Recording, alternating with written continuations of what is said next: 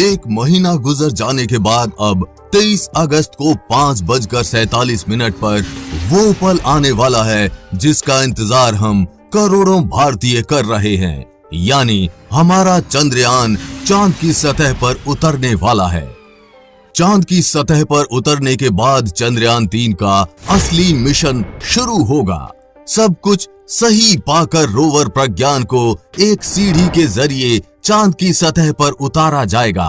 काफी कुछ वैसे ही जैसे व्हीकल ट्रक से गाड़ी उतारी जाती है। कल इस वीडियो में हमने आपको बताया था कि किस प्रक्रिया का इस्तेमाल करके चंद्रयान 3 शुरू से लेकर अंत तक चांद पर उतरेगा। अगर आपने कल वाला वीडियो नहीं देखा है तो इस वीडियो को अच्छे से समझने के लिए कल वाला वीडियो पहले देख लें। इस वीडियो का लिंक नीचे कमेंट बॉक्स में दिया गया है। आज इस वीडियो में हम जानेंगे चांद पर उतरने के बाद लैंडर मॉड्यूल विक्रम से रोवर प्रज्ञान कैसे बाहर आएगा और बाहर आने के बाद कितनी दूर तक चलेगा और इस पूरी प्रक्रिया में क्या क्या होने वाला है। हमें आशा है कि ये पूरा वीडियो ध्यान से देखने के बाद आपका इस टॉपिक से जुड़ा कोई सवाल नहीं रहेगा। तो चलिए जानते हैं आसान हिंदी भाषा में विस्तार से। आपको पता होगा कि चंद्रयान 2 मिशन की तरह ही इस बार भी लैंडर मॉड्यूल का नाम विक्रम और रोवर का नाम प्रज्ञान रखा गया है। इस पूरी प्रक्रिया को समझने के लिए सबसे पहले हम रोवर के डिजाइन को समझते हैं।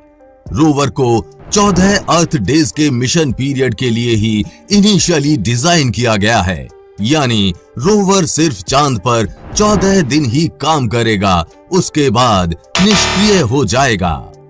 रोवर में कुल वजन 26 किलो है। रोवर प्रज्ञान में एक सोलर पैनल लगा है।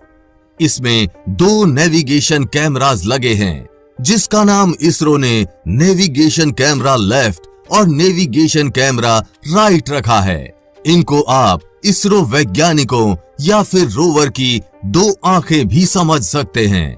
इसमें alpha particle X ray spectrometer APXS लगा हुआ है। ये लैंडिंग साइट के आसपास चंद्रमा की धूल और चट्टानों की मौलिक संरचना का पता लगाएगा। इसमें 2 रिसीवर ट्रांसमीटर एंटेनास लगे हुए हैं जो लैंडर मॉड्यूल को संदेश भेजने और रिसीव करने का काम करेगा। इसमें 2 आगे और 2 पीछे सिल्वर कलर के टायर लगे हुए हैं, जिनका नाम रॉकर बोगी असेंबली रखा गया है। साथ ही बीच में काले कलर के 2 टायर लगे हुए हैं जो रोवर प्रज्ञान को 50 mm ऊंचे ऑब्जेक्ट से आसानी से निकलने में सहायता करेगा। रोवर को अच्छे से समझने के बाद चलिए अब रोवर प्रज्ञान को उतारते हैं लैंडर मॉड्यूल से बाहर। चांद पर लैंडिंग प्रक्रिया खत्म होने के बाद शुरू होगी चांद से रोवर के बाहर आने की प्रक्रिया। रोवर की कार्य करने की प्रक्रिया को आप पहले संक्षिप्त में इस वीडियो से समझिए, इसके बाद हम विस्तार से समझेंगे। लैंडर मॉड्यूल गेट ओपन, ये लैंडिंग प्रक्रिया का पहला चरण है। इसमें लैंडर मॉड्यूल के गेट खुलेंगे और रोवर बाहर आएगा। स्कैनिंग मून सरफेस, दूसरा चरण। इसमें रोवर नेविगेशन कैमरे की मदद से चांद की सतह को स्कैन करेगा।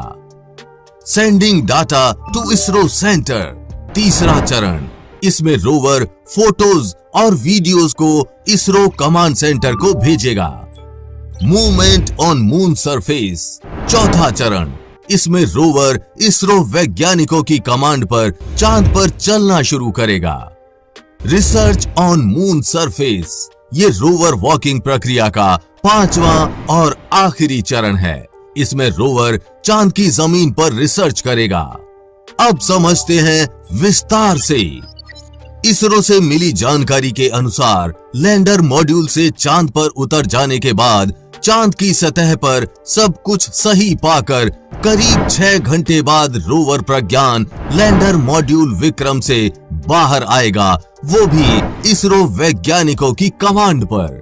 रोवर प्रज्ञान को एक सीढ़ी के जरिए चांद की सतह पर उतारा जाएगा।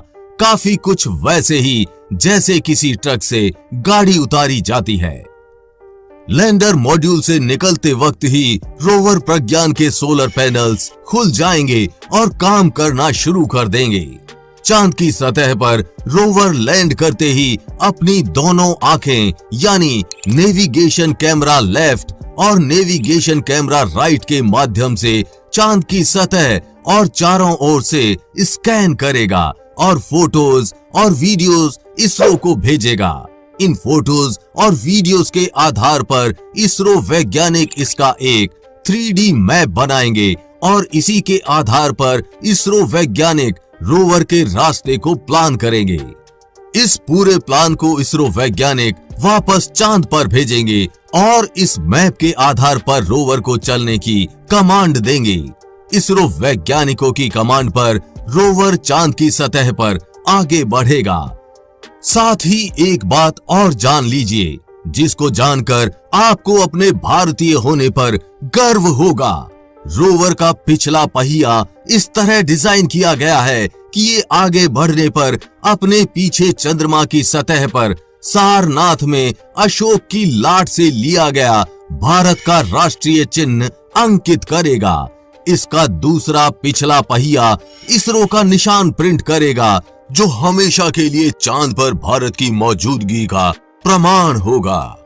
जैसा कि हम आपको बता चुके हैं कि चांद की सतह पर रोवर के चलते समय सामने कोई 50 mm तक ऊंचा ऑब्जेक्ट आने पर ये आसानी से निकल जाएगा। 50 mm से अधिक ऊंचा ऑब्जेक्ट आने पर ये अपना रास्ता बदल देगा।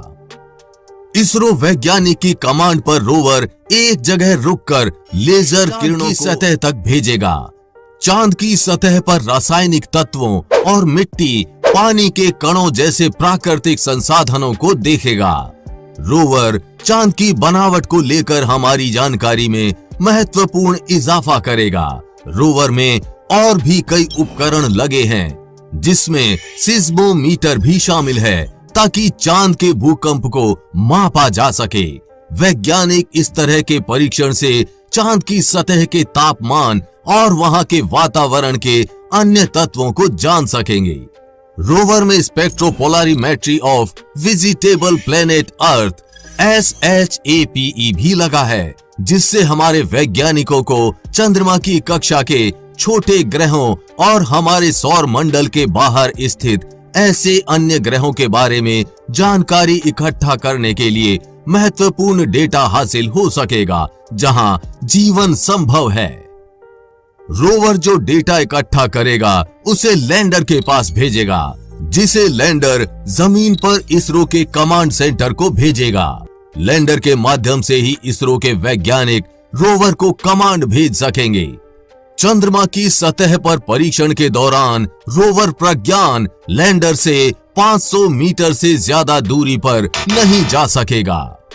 अब बस इंतजार है उस 23 अगस्त का, जब रोवर प्रज्ञान सच में चांद की सतह पर चलेगा।